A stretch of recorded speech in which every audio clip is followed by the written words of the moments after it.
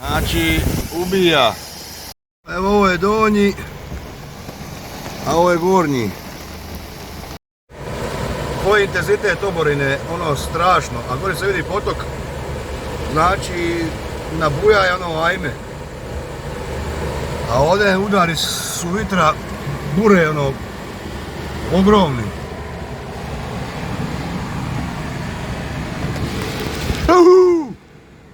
Dobro, okisa se odmah. Evo malo live. Ne vidi se ništa. Ovo su udari vitra gadni. Niški. Sad ćeš vidjeti izlizani gore slapić.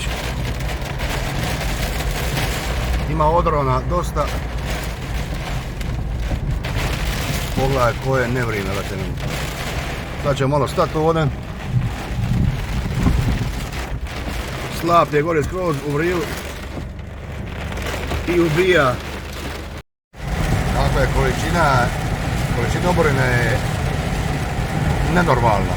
Znači, nenormalno pada. Znači, ovo je pogled iz kamenoloma u Klisu prema doli. Ovi Solinu, gori se, naziru se CB-ovi novi obnavljajući.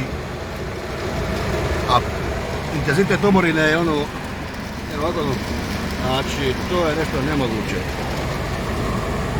Ja mislim da će biti izvještaja i o nekim poplavama vrlo brzo.